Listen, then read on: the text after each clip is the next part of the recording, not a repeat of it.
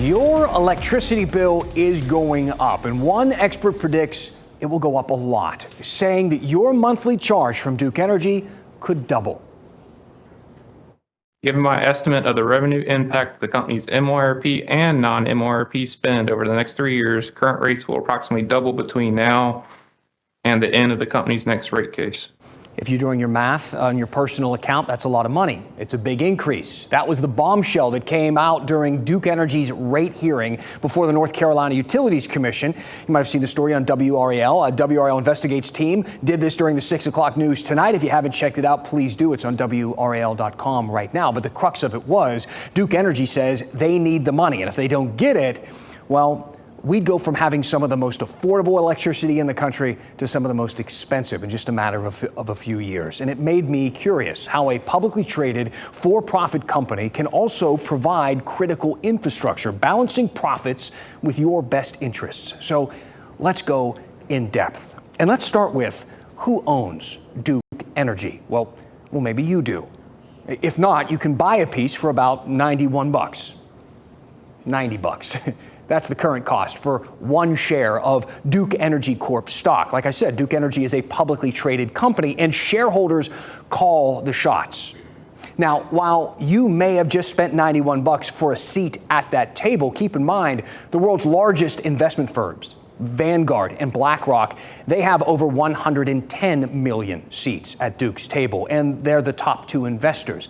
Those two companies like to make money. A Yahoo Finance report from April found that 65% of Duke Energy is currently owned by institutions like that. And again, traditionally, they are motivated by profits, and they do make profits every year. In fact, $4.1 billion in 2022 alone, which included $2.56 billion in net income, which is all the money left over after salaries and expenses and taxes and everything else. That's pure profit, your money in the billions. If you don't like that, well, too bad.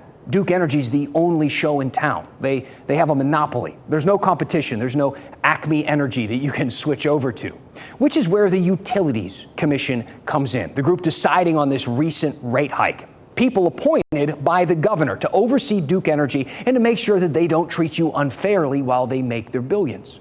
And we also have advocacy groups like the NC Sustainable Energy Association. I talked to them today about the bigger picture here of energy in North Carolina and asked about this current model of relying on a company that prioritizes profits. The person from the association I talked to described what they're doing in South Carolina. See, the people to our south are doing something a little bit different when it comes to Duke Energy. They have customers in South Carolina that they think could save between $285 million and $362 million a year by switching up the method in which they get their energy provided to them. In March, House Republicans in North Carolina introduced similar legislation for a similar study in our state, House Bill 503. It cites the Christmas power outage as kind of a last straw, asks for options, including the idea to even partner with South Carolina in the efforts that they might consider down there. That bill is currently assigned to a committee, so we'll see what happens next. Now, listen, this isn't some anti-Duke Energy story. I know I might get accused of that. These types of monopolies exist for a reason, and I'm happy to bore you with all the history if you'd like that. And I'm fully aware that keeping the lights on for a state of 10 million people who like their homes at a brisk 71 degrees in the Carolina summer is an impressive feat, regardless of the cost. I have a lot more thoughts on this, but I'm told less is more. And at the risk of rambling here, I would like to turn things over to you. So let me know what you think. Send me your thoughts to Dan@WRAL.com. What did I miss? What else should we be considering here?